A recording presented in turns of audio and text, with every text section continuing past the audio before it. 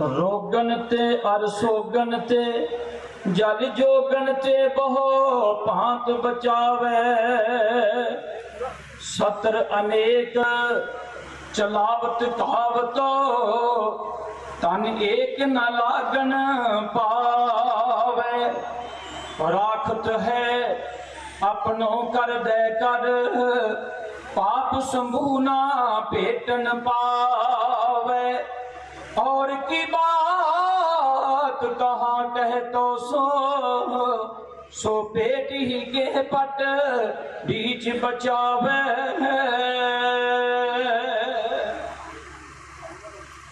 पढ़ पढ़ आलम फाजल होयो, पढ़ पढ़ आलम फाजल होयो, ते कदी मन अपने नू पढ़िया ही नहीं।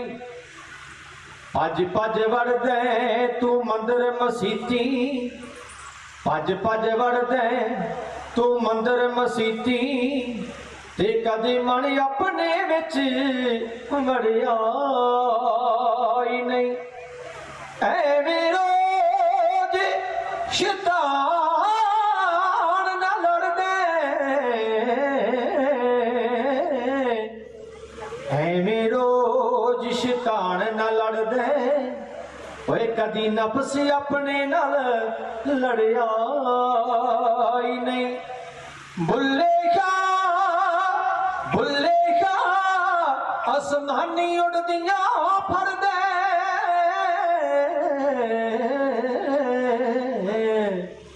बुल्ले शाह आसमानी उड़दियां फड़दे, ते कदे मन अपने नू फड़िया ही नहीं, ते कदे मन अपने नू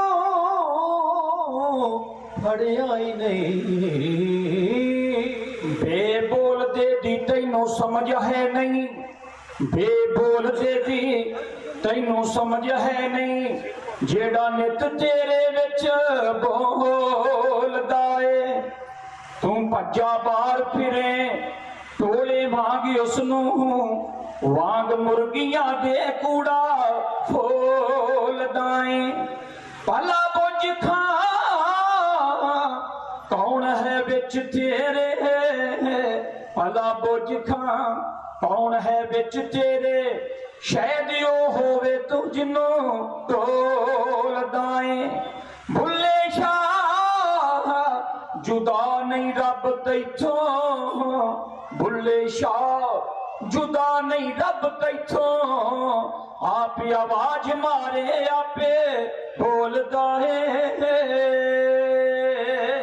दौलत हुसन हुकूमत दे नशे अंदर, चार दिन सरूर जरूर हुंदा, हुंदा माया दे जिन्ना नजदीक बंदा, बंदा रब कोलों उन्ना दूर हुंदा। तोड़ सकदा तारे आकाश दे मैं, एवें बंदे नू गलत फतूर हुंदा। जोगी बंदे दे हथ विच कुछ भी नहीं हुंदा, सो जो ओनू मंजूर हुंदा, हुंदा सो जो ओनू मंजूर हुंदा। सर्व कला समरथ जी सतगुर बख्शंदा, करके पाजी फेरियो गुर ज्ञान बरंदा।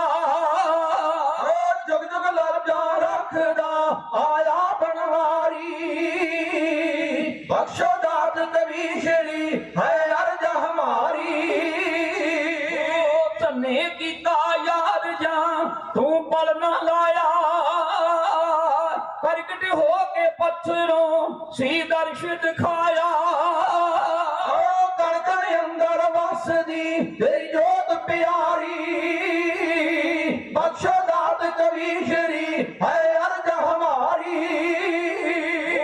तत्ते थमन उठारिया सब तेरी माया, हगरनाक्ष पापी मार के प्रहलाद बचाया। भगतां दी जित सड़ाई हर दे हंकारी, बख्शो दात कवीशरी है अर्ज हमारी।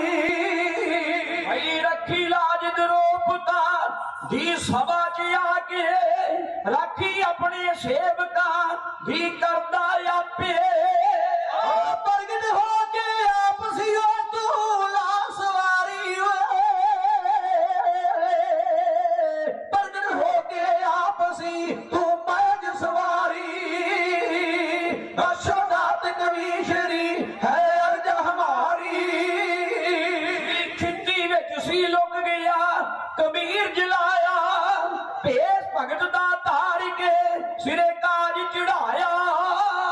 धन कबीर धन होमदी हर पासे भारी। बख्शो दात कवीशरी है अर्ज हमारी। रविदास भगत नू तारिया श्रीमान वधाया जा पंडितां दी सभा में सब नाल विखाया। उतरी झूठे नाम दी जो चढ़ी खमारी। बख्शो दात कवीशरी है अर्ज हमारी।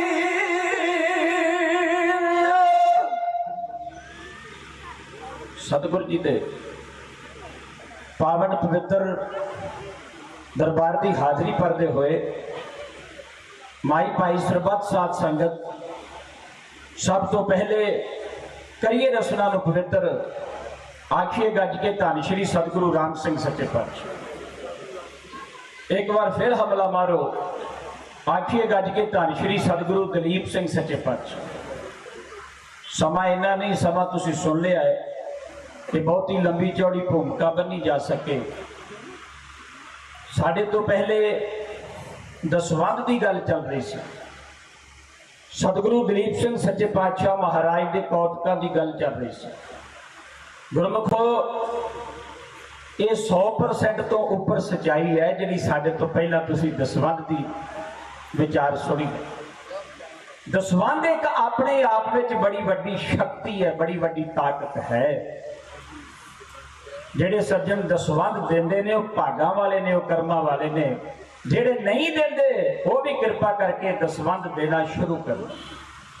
सब तो पहले मेरे सामने गल आ गई है, जिवें भाई साहब ने साडे वीर जी ने दसिया है कि कई संगतां जिथे साडे सतगुरु जी नहीं जाते तो साडा भी फर्ज बनता है कि असीं सच्चे पातशाह के चरणों में रहिए।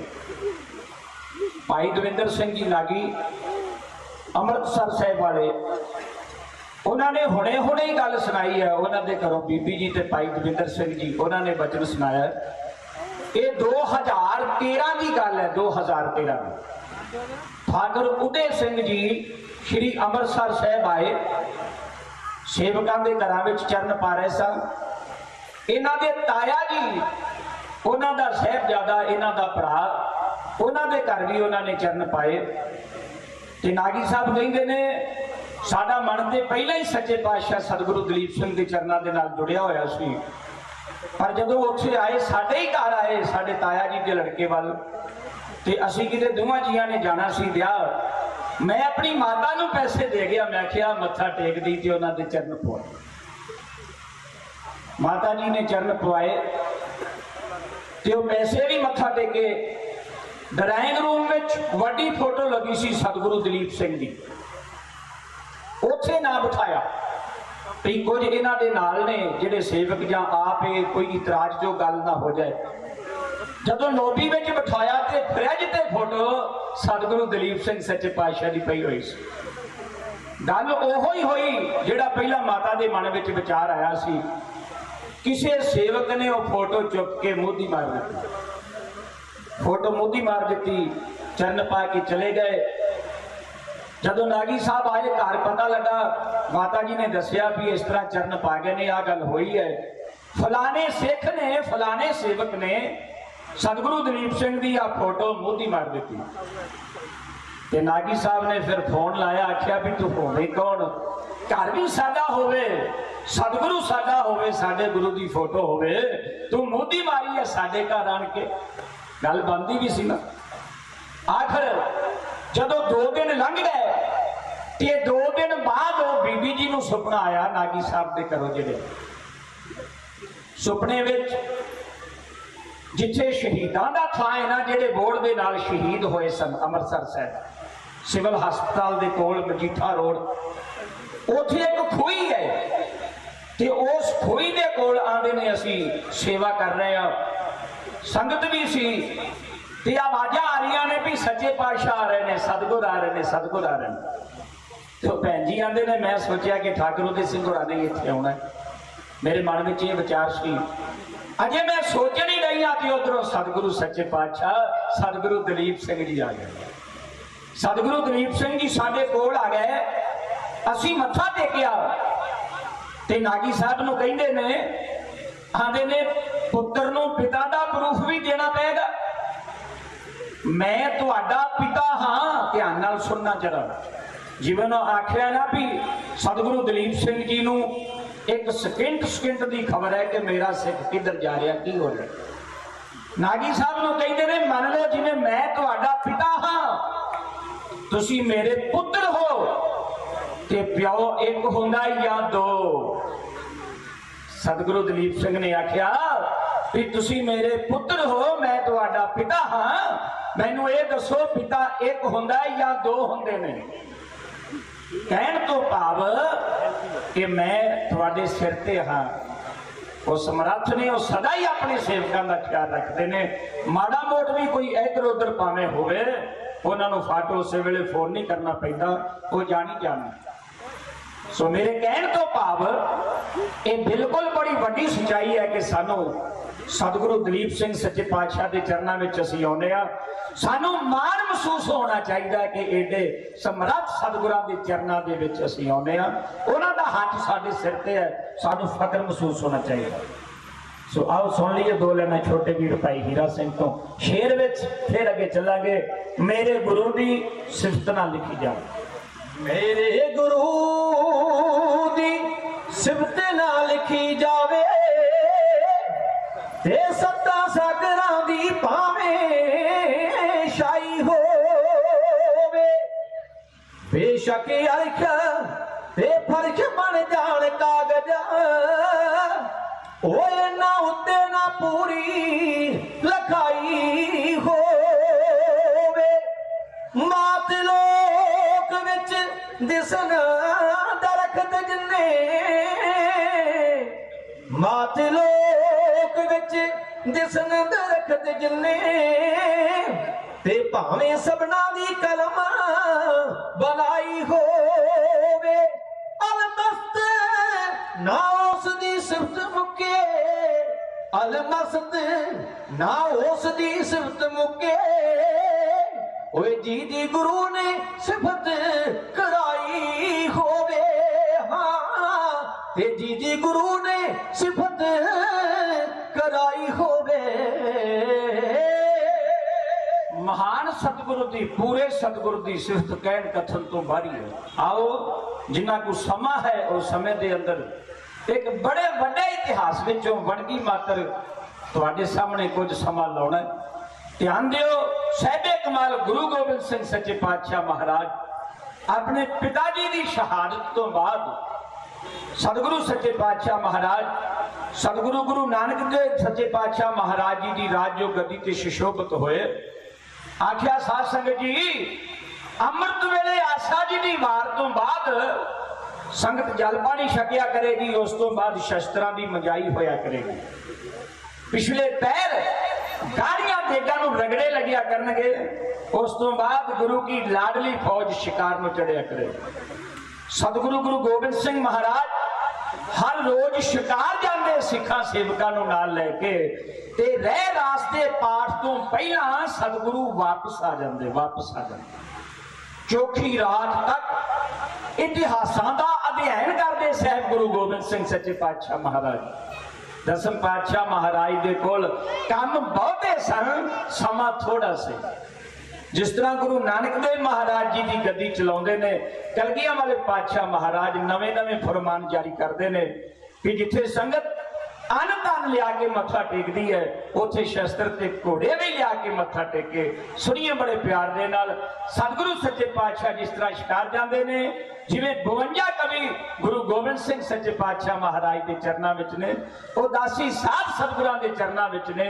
आनंदां दी पुरी विच किन्नी कोई शान है कलगियां वाले पातशाह महाराज की। सारा सीन ऐसे एक दुतारे छंद विच इउं बेनती की जा रही है। जद्दी गुरु नानक दी जद गुरु गोबिंद राय संभाली, ला चोट नगारे ते गजे दीन दुनी दे वाली। सानू चा चढ़िया लोटू टोलियां नीवियां पाइयां, गुजरी दे पुत्र ने थुमा विच जहान दे पाइयां। जद्दी गुरु नानक दी जद गुरु गोबिंद राय संभाली, ला चोट नगारे ते दीन दुनी दे वाली। सानू चा चढ़िया लोटू टोलियां नीवियां पाइयां, गुजरी दे पुत्र ने थुमा विच जहान दे पाइयां।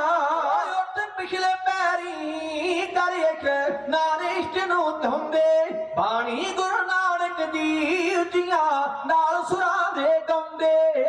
सारी वार दियां रागियां पर पर तुकां सुनाइयां, गुजरी दे पुत्र ने थुमा विच जहान दे पाइयां। एक टोला सादा दा बैठा सतगुर निकट सुहावे, बई एक टोला सादा दा बैठा सतगुर निकट सुहावे। कर सिमरन पढ़ बाणी मुखों वाहिगुरु शब्द अलावे। दादी हद नहीं जिंदा सतगुर तो कमाइयां, गुजरी दे पुत्र ने थुमा विच जहान दे पाइयां। सूरियां दा दल जुड़िया चढ़दी कला दे वीर बहादुर, जितियान चरण चुम्मे ओए झुक झुक जो दे कर दे आदर। अरशां तो परियां ने फरशां देवल नेहता लाइयां, गुजरी दे पुत्र ने थुमा विच जहान दे पाइयां। टोली कवियां दी बैठे कोरने वार सुनावन, बई एक टोली कवियां दी ओ बैठे कोरने वार सुनावन। वो दिल डरपोकां नू मार हलूना चूण जगावन। देन है कवियां दी देंदा है इतिहास गवाइयां, गुजरी दे पुत्र ने थुमा विच जहान दे पाइयां। पिछले पैरी मेहनत पिछले पैरी लागे चोटा छन शिकारे, अगे गुर राखी दे ओए पिछे सिंह सूर में सारे। खुश विष्णु ब्रह्मा भी इंदर खुश हो कदा चढ़ाइयां, गुजरी दे पुत्र ने थुमा विच जहान दे पाइयां। रगड़े नित देगा दे रगड़े नत देगा दे ओ शगदे सिंह सूर में रहिंदे, शरदा नाल जो आवे आइयां संगतां नू जी कहंदे। जबरदस्त समगरी जो संगतां नाल प्यार ले आइयां, गुजरी दे पुत्र ने थुमा विच जहान दे पाइयां। अज वेला शामां दा सतगुर अज भी खेल रचाया, अज वेला शामां दा सतगुर अज भी खेल रचाया। लैके रखी अपने नू कलंदर गुर चरनां विच आया। पाने दे मालक ने खेडां आपे ही वरताइयां, गुजरी दे पुत्र ने थुमा विच जहान दे पाइयां। ते सिर दरिया मुखों सैदे आख सुनाया, चरना ते सिर दरिया दी मुखों सैदे आख सुनाया। मैं सोभा सुन के दी रशनू इधर ही लै आया। हुक्म करो तां जी खेडां रिछ दियां जान विखाइयां, गुजरी दे पुत्र ने थुमा विच जहान दे पाइयां। गल सुनी कलंदर दी ओए हस पै दीन दुनी दे वाली, लिया रेशन जा अपना इस दी कर दी दूर कंगाली। ताइयों पंजाब कहे तन है तू मेरा दे साइयां, तन है तू मेरा दे साइयां, गुजरी दे पुत्र ने थुमा विच जहान दे पाइयां। गुरु गोबिंद सिंह सच्चे पातशाह महाराज जी की सिफत कहन कथन तो बारी है। भाई नंद लाल जी ਜਿਹੜੇ ਕਲਗੀਆਂ ਵਾਲੇ ਪਾਤਸ਼ਾਹ ਮਹਾਰਾਜ ਦੇ ਚਰਨਾਂ ਵਿੱਚ ਰਹਿੰਦੇ ਸਨ, ਗੁਰੂ ਗੋਬਿੰਦ ਸਿੰਘ ਸੱਚੇ ਪਾਤਸ਼ਾਹ ਦੇ ਚਰਨਾਂ ਵਿੱਚ, ਜਿਨ੍ਹਾਂ ਨੇ ਉਹ ਕੁਝ ਲਿਖਿਆ ਜੋ ਨਜ਼ਾਰਾ ਅੱਖਾਂ ਦੇ ਨਾਲ ਵੇਖਿਆ ਭਾਈ ਨੰਦ ਲਾਲ ਜੀ ਨੇ। ਉਹ ਲਿਖਦੇ ਨੇ, ਹਰ ਪੱਖ ਵਿੱਚੋਂ ਗੁਰੂ ਗੋਬਿੰਦ ਸਿੰਘ ਸੱਚੇ ਪਾਤਸ਼ਾਹ ਮਹਾਰਾਜ ਜੀ ਮਹਾਨ ਸਨ, ਕੋਈ ਵੀ ਪੱਖ ਸਤਿਗੁਰਾਂ ਦਾ ਉਹਨਾਂ ਨਹੀਂ ਸੀ। ਉਹ ਲਿਖਦੇ ਨੇ, ਹੱਕ ਹੱਕ ਅੰਦੇਸ਼ ਗੁਰੂ ਗੋਬਿੰਦ ਸਿੰਘ, ਬਾਦਸ਼ਾਹ ਦਰਵੇਸ਼ गुरु गोबिंद सिंह, हक हक अदा है गुरु गोबिंद सिंह, शाहे शहनशाह गुरु गोबिंद सिंह। किनिया कुछ सिफत कलगियां वाले पातशाह महाराज जी दियां कीतियां जा सकन। गुरु गोबिंद सिंह महाराज जी किड्डे वड्डे दानी होए ने, त्यागी होए ने, ब्रह्म ज्ञानी होए ने, किड्डे तीर अंदाज सन कलगियां वाले पातशाह, तलवार दे धनी किड्डे सन, याद शक्ति दे इन्ने मार सन। गुरु गोबिंद सिंह सच्चे पातशाह महाराज जदों 19 साल की उम्र हुई सी, कलगियां वाले पातशाह महाराज जी की 19 साल की उम्र में आद साहब गुरु ग्रंथ साहब सतगुरां नूं मूंह जबानी याद हो चुका सी। एडी याद शक्ति दे माहर सन कलगियां वाले पातशाह महाराज। कवियां दे सिरताज कवि गुरु गोबिंद सिंह सच्चे पातशाह महाराज के चरणों में 52 कवि रहिंदे सन। 52 ते आप सतगुरु सरताज कवि सन, कवियां दे सरताज। किसी भी राजे महाराजे के दरबार विच इन्हें विद्वान फिलासफर इतिहासकार कवि कवीशर नहीं होए जिन्ने कवि सन साहब गुरु गोबिंद सिंह सच्चे पातशाह के चरणों में। आज जिहड़ा रात कवि दरबार होया सी ना, ये मर्यादा, ये भी परंपरा गुरु गोबिंद सिंह सच्चे पातशाह ने तोड़ी है। उसे ही मर्यादा नूं अज नामधारियां विच है, वो एक कलगियां वाले पातशाह की देन है। कवि ते कवीशर गुरु गोबिंद सिंह महाराज ने बूटा लाया, कीर्तन ते मुड़ तो ही हो रहा गुरु नानक देव महाराज जी की देन। जिहड़ा ढाडी राग है, ढाडियां ते बख्शिश 6वें पातशाह ने की है, गुरु हरगोबिंद महाराज ने। कवि ते कवीशर ये साहब गुरु गोबिंद सिंह सच्चे पातशाह ने बख्शिश की है कवियां ते कवीशरां ते।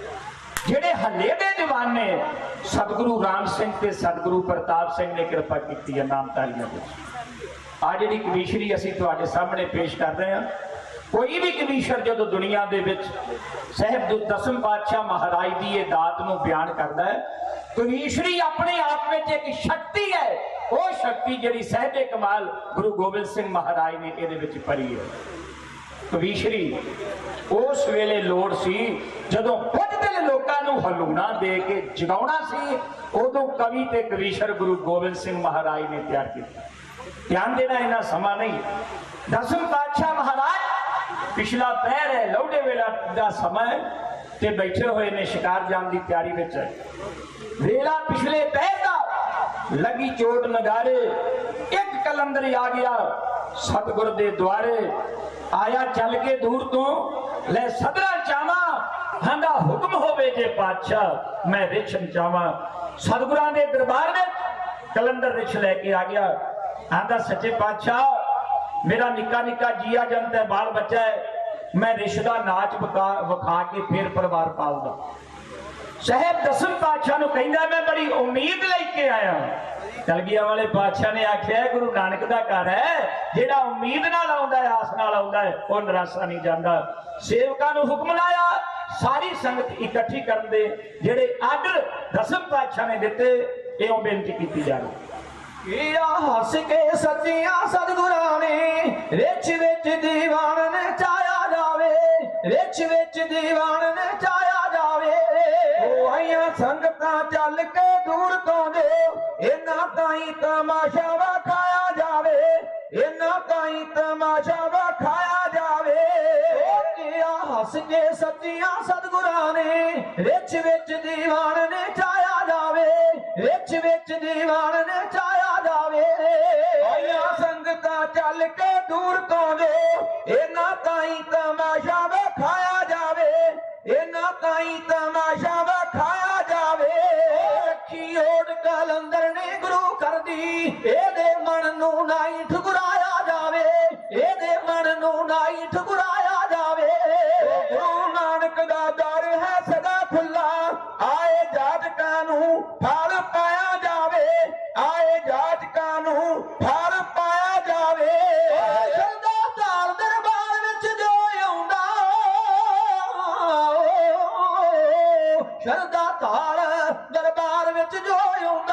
ਮਾਣ ਉਸ ਦਾ ਨਹੀਂ ਦੁਖਾਇਆ ਜਾਵੇ, ਮਾਣ ਉਸ ਦਾ ਨਹੀਂ ਦੁਖਾਇਆ ਜਾਵੇ।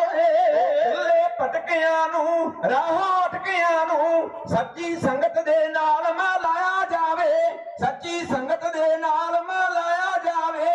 ਉਹ ਅੱਜ ਕਰਤਾਰਨੀ ਆਪ ਢੋਇਆ, ਉਹ ਅੱਜ ਕਰਤਾਰਨੀ ਆਪ ਢੋਇਆ। ਮੇਲਾ ਮਨ ਦਾ ਅੱਜ ਬਣਾਇਆ ਜਾਵੇ, ਮੇਲਾ ਮਨ ਦਾ ਅੱਜ ਬਣਾਇਆ ਜਾਵੇ। ਉਹ ਪਿੱਛੇ ਰਹੇ ਪੰਜਾਬ ਨਾ ਕੋਈ ਬੰਦਾ, ਆਸੇ ਪਾਸੇ ਜੋ ਇੱਥੇ ਸਜਵਾਇਆ ਜਾਵੇ, ਆਸੇ ਪਾਸੇ ਜੋ ਇੱਥੇ ਸਜਵਾਇਆ ਜਾਵੇ।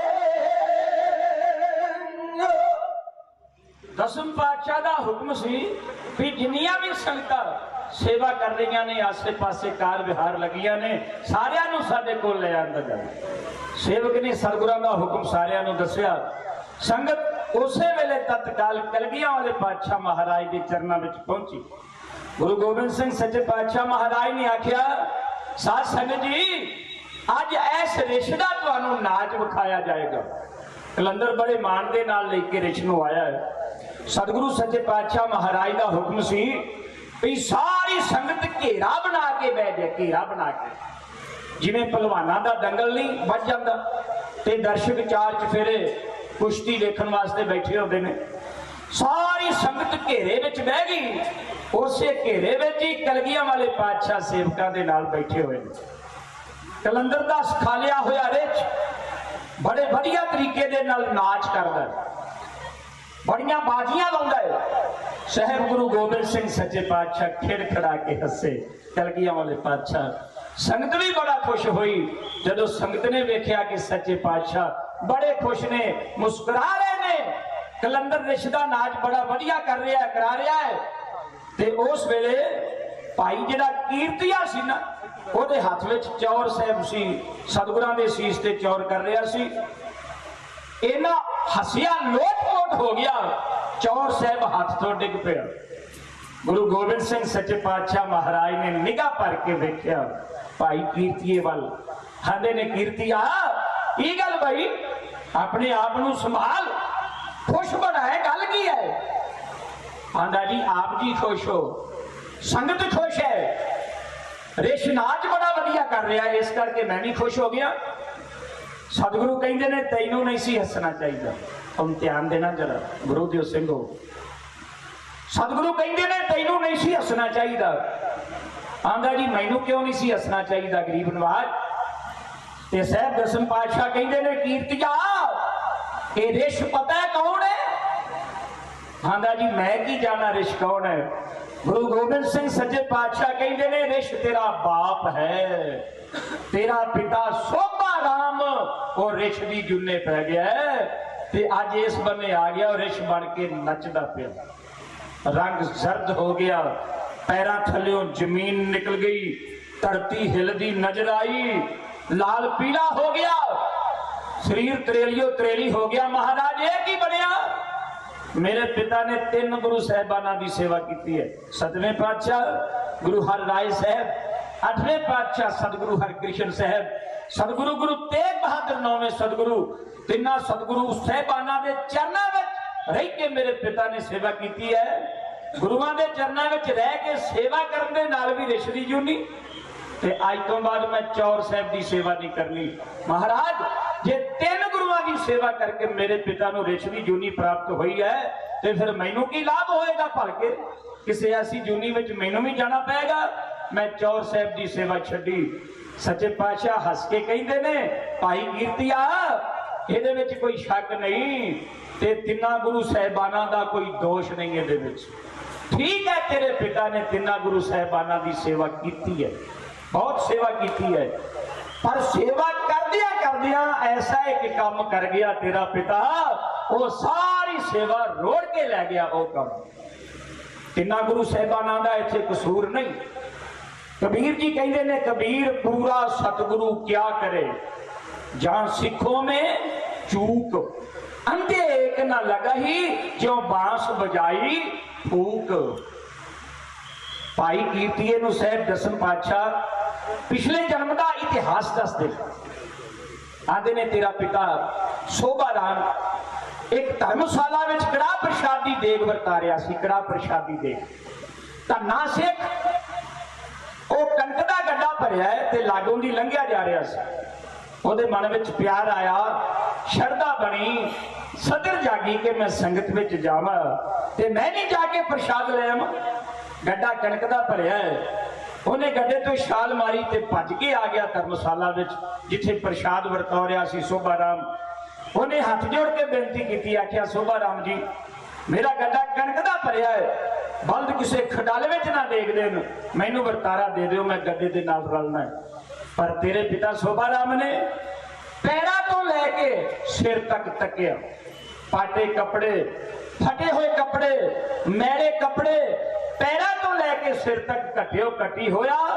ਤਾਂ ਨਾ ਸਿੱਖ ਜਦੋਂ ਪੋਜੀਸ਼ਨ ਤੱਕੀ ਤੇ ਸੋਭਾ ਰਾਮ ਨੇ ਆਖਿਆ ਪਿੱਛੇ ਹਟ ਕੇ ਬਹਿ ਜਾ, ਪਤਾ ਨਹੀਂ ਕਿੱਥੋਂ ਭੱਜ ਕੇ ਆ ਜਾਂਦੇ ਨੇ, ਮੈਨੂੰ ਪਹਿਲਾਂ ਪ੍ਰਸ਼ਾਦ ਦੇ ਦੇ, ਮੈਂ ਸੰਗਤ ਨੂੰ ਵਰਤਾ ਲਵਾਂ, ਬਾਅਦ ਵਿੱਚ ਦਿਆਂਗਾ।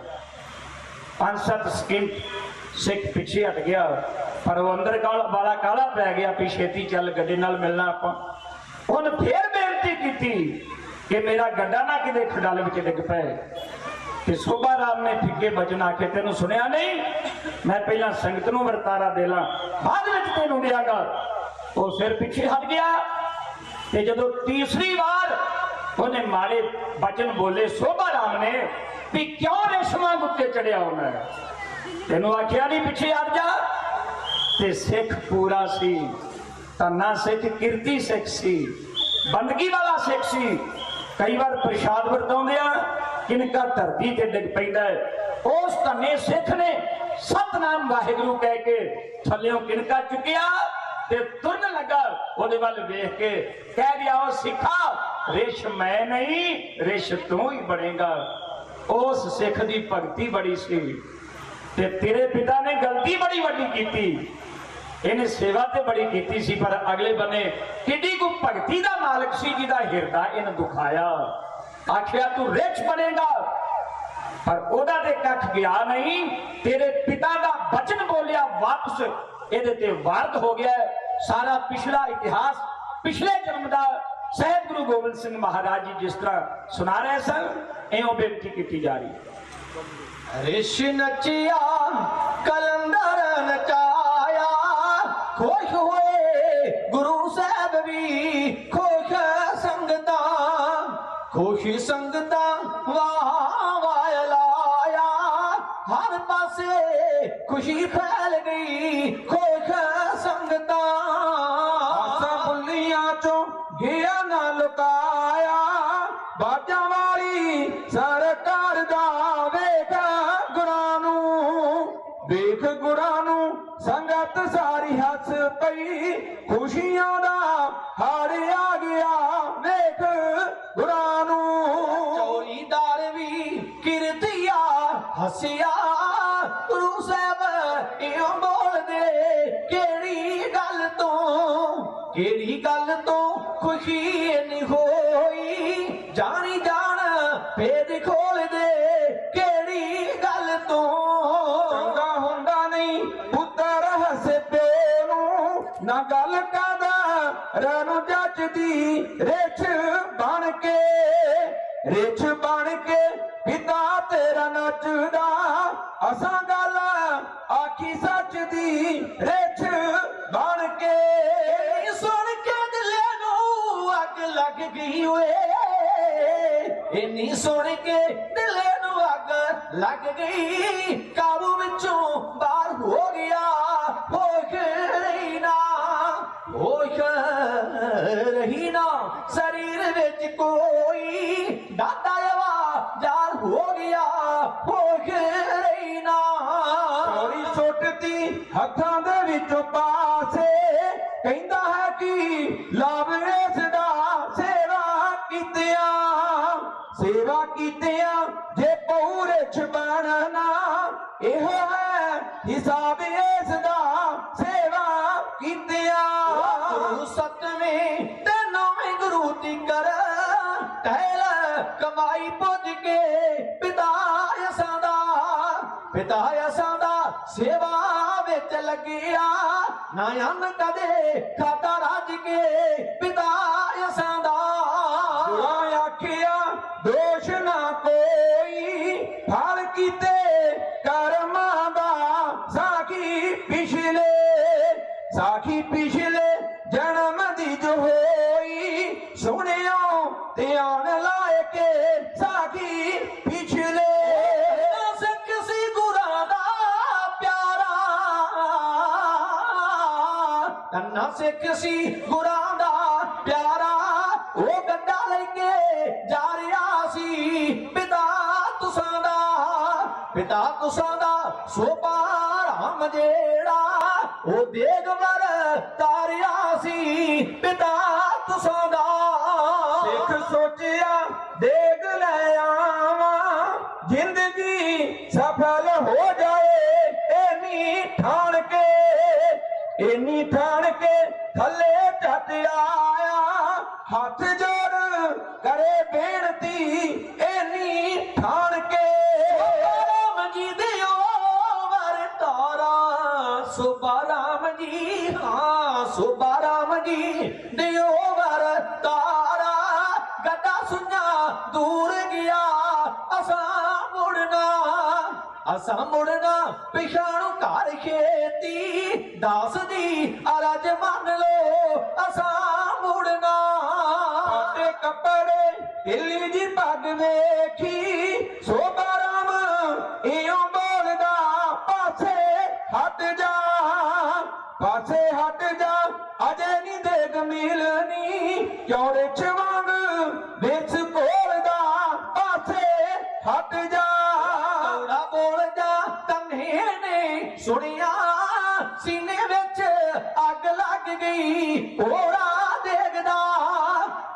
देखदा थले जोड़ गया वो सतनाम आख चुकिया पूरा देखदा बंदा कह गया रिच हो तू ही इन्नी आख राहे लग गया सच्चे सिख दे वाक होए पूरे कर्म ने आन दबिया सच्चे सिख दे समा लंघिया कदे नहीं हथ आउंदा जतन हजार करिए खोरे केड़ियां रंगा च रब राजी सच्चे रब को डरिए खोरे केड़ियां जाके छड्डिया शरीर सोबा राम ने काशी दिया जंगला जूनी रिछ दी उथे ही पाई 8 साल पूरे हो गए जूनी रिछ दी पूरे गुणां दा दोष ना कोई फल कीते कर्मां दा पावना पंजाब सिंह जिया बीजना तेरा खावना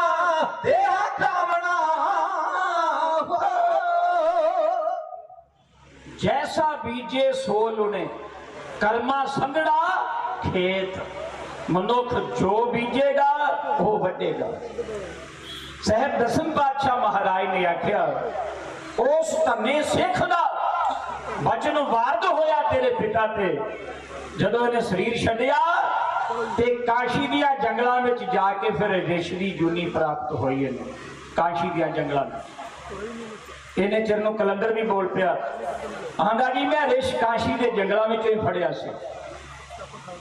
सतगुरु कहते ने 8 साल हो गए ने तेरे पिता नूं शरीर छड्डिया ते कलंदर कहंदा महाराज बिल्कुल ठीक है जदों मैं रिश नूं पकड़िया सी उदों 1 साल का बच्चा सी ते 7 साल हो गए ने मैनू पकड़े नूं मैं इहदा नाच विखा रहा 8 साल का पूरा हो गया। सतगुरु जिधर भी कथा कीर्तन होंदा है खिंच के उधर ले जांदा मैनू अज भी यही इधर लैके आया खिंच के ते साहब दसम पातशाह गुरु गोबिंद सिंह कहंदे ने अज इहदा भला होना सी।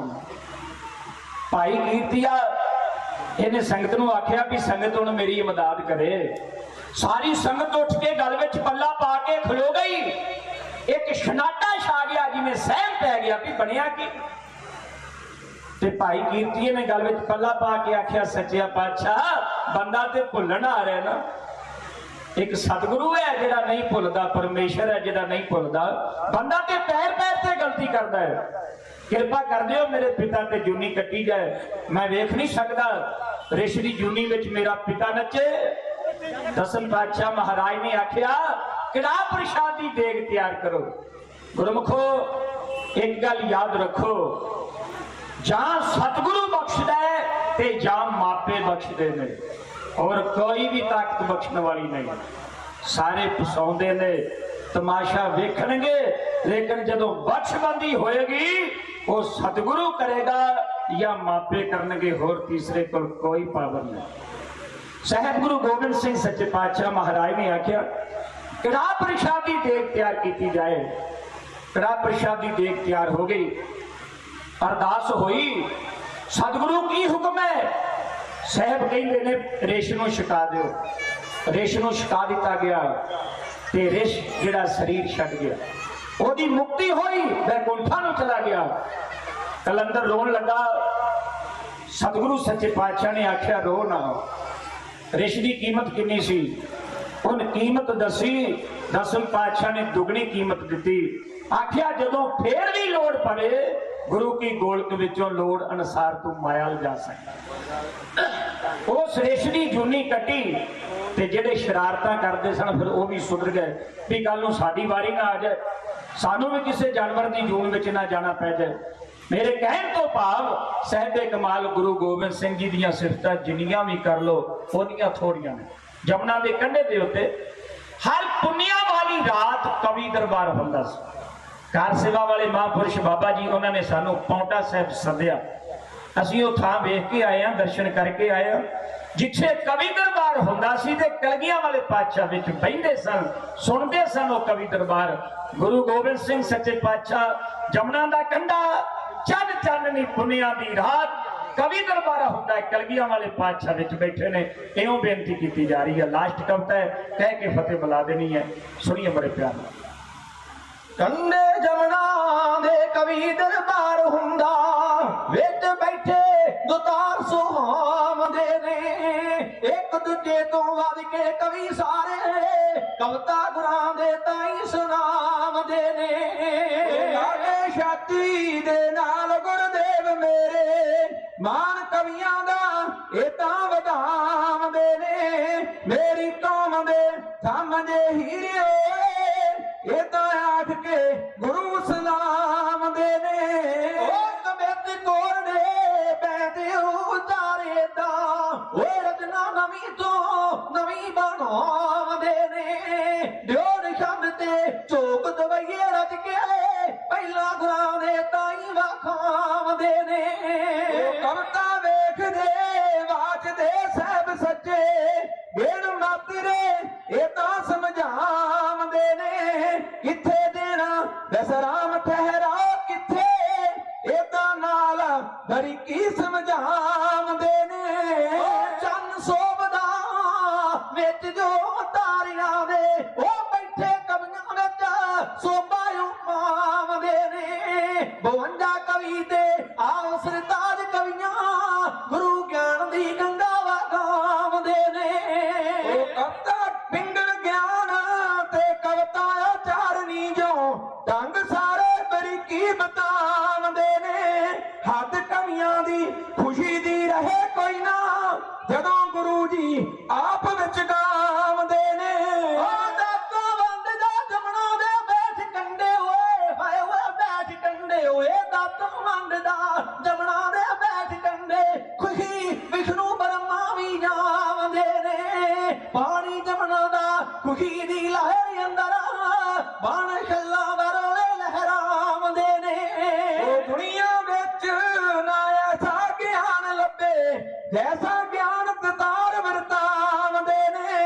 वड्डे वड्डे फलास पर दंग रहिंदे, जदों गुरु जी छंद रचावंदे ने। ओ मार चंडी दी ओए जिस तरह रच दित्ती, जाप सरब कबिंद गुण गावंदे ने। चंडी तित्र ते उस्ताद अकाल रच के मार्ग धर्म दा इंज वखावंदे ने। ओ कुछ दिल भी पढ़ के बन योदे,